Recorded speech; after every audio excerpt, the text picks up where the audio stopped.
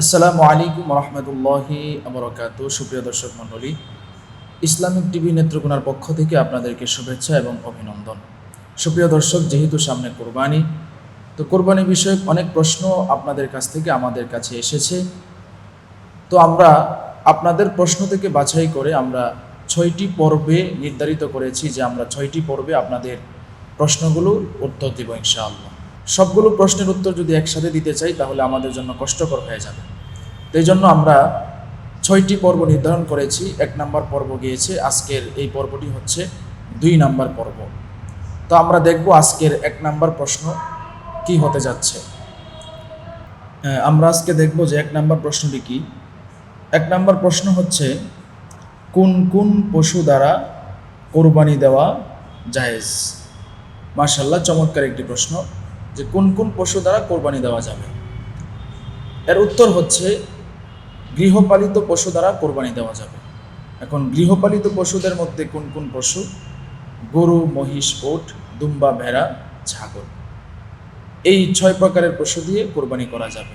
গরু, মহিষ, ওট, দুম্বা, ভেড়া, ছাগল। তো সম্মানিত দর্শক, আমরা 1 নম্বর প্রশ্নের উত্তর জানতে পারলাম। এখন আমরা জানবো 2য় নম্বর প্রশ্নের উত্তর। দেখি প্রশ্নটি কি করেছেন। 2য় নম্বর প্রশ্ন করেছেন, পশুদের লিঙ্গ ভেদ করতে হবে কি? মাশাআল্লাহ, চমৎকার একটি প্রশ্ন। যিনি প্রশ্নটি করেছেন আসলে সে জানতে চেয়েছেন যে পশুদের লিঙ্গ ভেদ করা যাবে কি, করতে হবে কিনা। কোরবানির ক্ষেত্রে পুরুষ নারী যে কোনো ধরনের পশুই দিয়েই কোরবানি করা যাবে। এর কোনো লিঙ্গ ভেদ নেই যে পুরুষ পশু দিয়ে কোরবানি করতে হবে, নারী পশু দিয়ে কোরবানি করা যাবে না। বিষয়টা এরকম না। আপনি পুরুষ পশু দিয়েও কোরবানি করতে পারবেন, নারী পশু দিয়েও কোরবানি করতে পারবেন। আশা করি 2য় প্রশ্নের উত্তরও পেয়েছেন। এখন আমরা জানব 3 নম্বর প্রশ্ন। প্রশ্নটি কি করেছেন আমরা দেখব। 3 নম্বর প্রশ্ন, পশুর বয়স সীমা কত হতে হবে? মাশাআল্লাহ, জানতে চেয়েছেন পশুর বয়স কত হতে হবে। আমরা যে পশুগুলোর কথা শুনেছি, যে উট, গরু, মহিষ, এই যে 3টা পশু আছে, এই 3টা পশুর ক্ষেত্রে আমরা এখন বয়সটা জানবো। উট হচ্ছে 5 বছর। 5 বছরের নিচে যদি হয় তাহলে ওই পশু দ্বারা কিন্তু কোরবানি হবে না।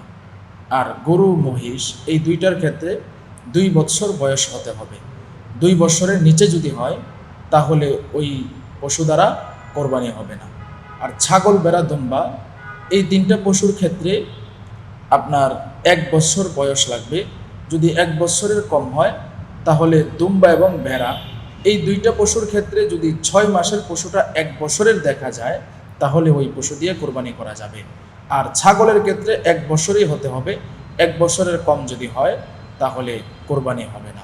তাহলে সম্মানিত দর্শক, আমরা খুব মনোযোগ সহকারে এই বিষয়টা জানব। আমরা অনেকেই এই ভুলটা করি যে বয়সটা ঠিকভাবে বিবেচনা না করে আমরা কোরবানির পশু কিনি, কিন্তু এই কোরবানির পশু দিয়ে যদি কোরবানি করি তাহলে কিন্তু আমার কোরবানি হবে না। তাহলে উটের বয়স হতে হবে 5 বছর, গরু, মহিষের বয়স হতে হবে 2 বছর, ছাগল, ভেড়া, দুম্বা এর বয়স হতে হবে 1 বছর। তবে দুম্বা, ভেড়ার ক্ষেত্রে 6 মাসের দুম্বাটা যদি 1 বছরের হৃষ্টপুষ্ট এরকম দেখা যায় তাহলে এই পশু দ্বারা কোরবানি করা যাবে। তো সম্মানিত দর্শক, এখন আমরা পরের প্রশ্ন যাব। দেখি প্রশ্নটি কি করেছেন। 4 নম্বর প্রশ্ন করেছেন যে শরীকে সর্বোচ্চ কতজন কোরবানি করতে পারবে? মাশাআল্লাহ, যে পশু দ্বারা কোরবানি করা যাবে এই পশুগুলোর মধ্যে শরীকে কতজন কোরবানি করতে পারবে, এই প্রশ্নই করেছেন। এর উত্তর হচ্ছে যে উট, গরু, মহিষ, এই 3টার পশুর মধ্যে কিন্তু শরীক হতে পারবে। দুম্বা, ভেড়া, ছাগল ওই পশুগুলোর মধ্যে কিন্তু শরীক হতে পারবে না। দুম্বা, ভেড়া, ছাগল এগুলোর মধ্যে একজনই কোরবানি দিতে পারবে, এগুলোর মধ্যে কোনো শরীক চলবে না। তবে উট, গরু, মহিষের ক্ষেত্রে 7 জন শরীক হতে পারবে। যদি কেউ চায় যে আমরা উটের মধ্যে 7 জন ভাগ হয়ে তারপরে আমরা উটটা কোরবানি দিব, এটা জায়েজ আছে। গরু, মহিষের ক্ষেত্রেও এরকম 7 জন সর্বোচ্চ সীমা রেখা। তবে নিম্নে 1 জন, 2 জন, 3 জন, 4 জন এরকমভাবে কোরবানি দিতে পারবে। আশা করি আপনার উত্তর পেয়েছেন। এখন আমরা পরের প্রশ্নে যাব। দেখি পরের প্রশ্নটি কি করেছেন। পরের প্রশ্নটি হচ্ছে, গোস্ত যদি ভাগে কম বেশি হয় তাহলে কোরবানি সহি হবে কিনা? মাশাআল্লাহ, খুবই গুরুত্বপূর্ণ একটি প্রশ্ন। করেছেন যে গোস্ত যদি ভাগে কম বেশি হয়, যেমন শরীকে যারা কোরবানি দিচ্ছেন কিংবা দিবেন, আপনারা যখন গোস্তটা জবাই করার পরে গোস্তটা সব কিছু প্রসেসিং করার পরে যখন ভাগ করবেন, তখন ভাগে যদি কম বেশি হয় তাহলে কিন্তু আপনাদের কোরবানি হবে না। এই জন্য খুব সতর্কতার সাথে একদম পাল্লা নিয়ে সুন্দর করে মেপে আপনারা 7টা ভাগ করেন। 7 জনে দেন আর 5 জনে দেন। 7 জনের উপরে তো দেওয়া যাবে না, তো 7 জনের নিচে যদি হয় 5 জন দেন, 4 জন দেন, কিংবা 7 জনই দেন। এটা পাল্লা দিয়ে সুন্দর করে মেপে এরপরে আপনারা কোরবানির গোস্তটা ভাগ করে বাড়িতে নেবেন। তো আমরা এই প্রশ্নের উত্তর পেয়েছি। এর পরের প্রশ্নটি কি সেটি আমরা জানব। এর পরের প্রশ্নটি হচ্ছে, শরীকের মাঝে কেউ যদি গোস্ত খাওয়ার নিয়তে কোরবানি দেয় তাহলে কোরবানি হবে কিনা? মাশাআল্লাহ, খুবই গুরুত্বপূর্ণ একটি প্রশ্ন, যে শরীকের মাঝে কেউ যদি গোস্ত খাওয়ার নিয়ত কারো থাকে তাহলে কোরবানি হবে কিনা। মাশাআল্লাহ, এটার উত্তর হচ্ছে যে শরীকের, মনে করেন যে 7 জন শরীক হয়ে কোরবানি দিচ্ছে, এর মধ্যে একজন শুধু গোস্ত খাওয়ার নিয়ত, তার উপরে যে কোরবানি ওয়াজিব হয়েছে আল্লাহর জন্য সে দিতেছে না, সে দিতেছে গোস্ত খাওয়ার জন্য, তাহলে কিন্তু বাকি যে 6 জন আছে একজনের কোরবানিও হবে না। এই জন্য আমরা যাদেরকে শরীকে নিব খুব খেয়াল রাখবো যে তাদের নিয়তটা সহি আছে কিনা, এগুলো আমরা দেখে শুনে এরপরে আমরা শরীকে কোরবানি দেওয়ার চেষ্টা করব। যাদেরকে শরীক নিব তাদের সব কিছু যাচাই করে এরপরে আমরা তাদেরকে শরীকে নিব। তো আমরা এটার প্রশ্নের উত্তরও জানলাম, এবার পরের প্রশ্নের উত্তর ইনশাআল্লাহ জানব। 7 নম্বর প্রশ্ন, সেটি হলো, কুরবানির পশুতে আকিকা দেওয়া যাবে কিনা? মাশাআল্লাহ, চমৎকার একটি প্রশ্ন। কুরবানির পশুতে আকিকা দেওয়া যাবে কিনা, এর উত্তর হচ্ছে হ্যাঁ, দেওয়া যাবে।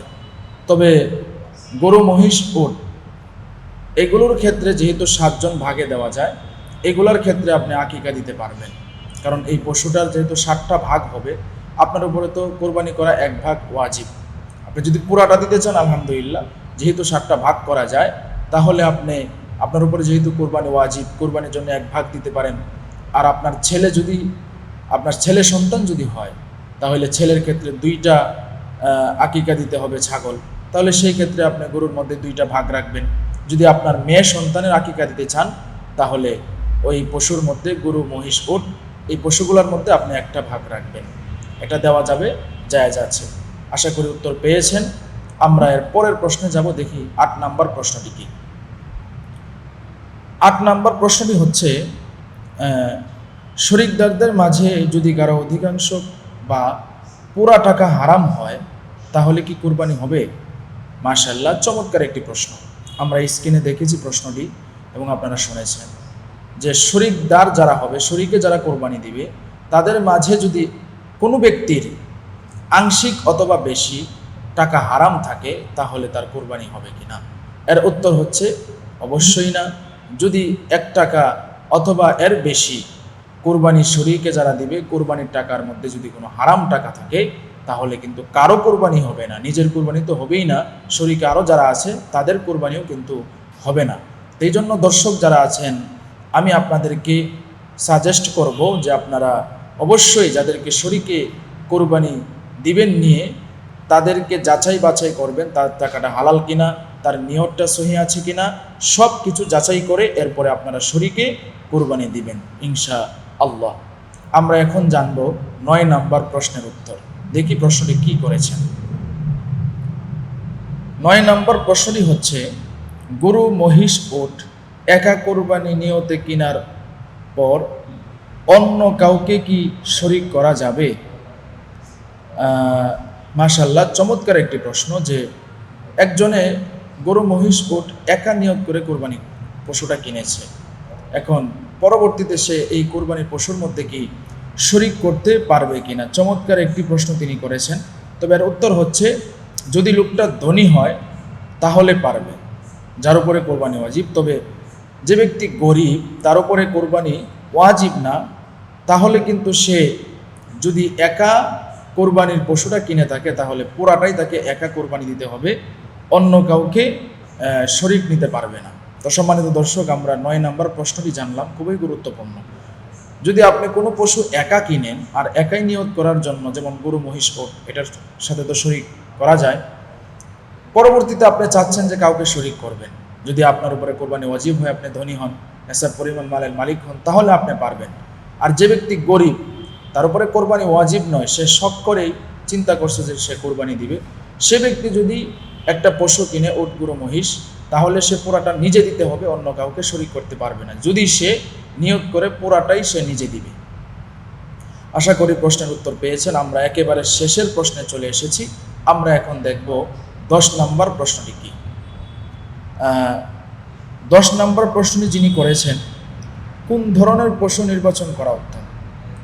মাশাআল্লাহ, কোরবানির ক্ষেত্রে কোন ধরনের পশু নির্বাচন করা উত্তম?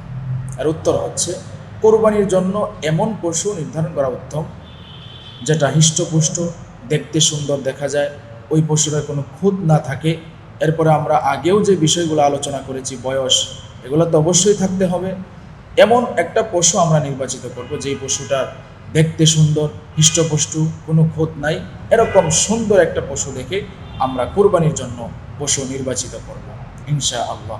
তো সম্মানিত দর্শক, দেখতে দেখতে আমরা কোরবানির মাসালা সম্বন্ধে দ্বিতীয় পর্বটিও প্রায় শেষ হয়ে গিয়েছে। আমরা আজকের মতো এখানেই বিদায় নিব। আমরা আপনাদের সামনে পরবর্তীতে আবার তৃতীয় পর্ব নিয়ে ইনশাআল্লাহ আসবো। আজকের মতো এখানেই বিদায়। আসসালামু আলাইকুম ওয়া রাহমাতুল্লাহি ওয়া বারাকাতুহু।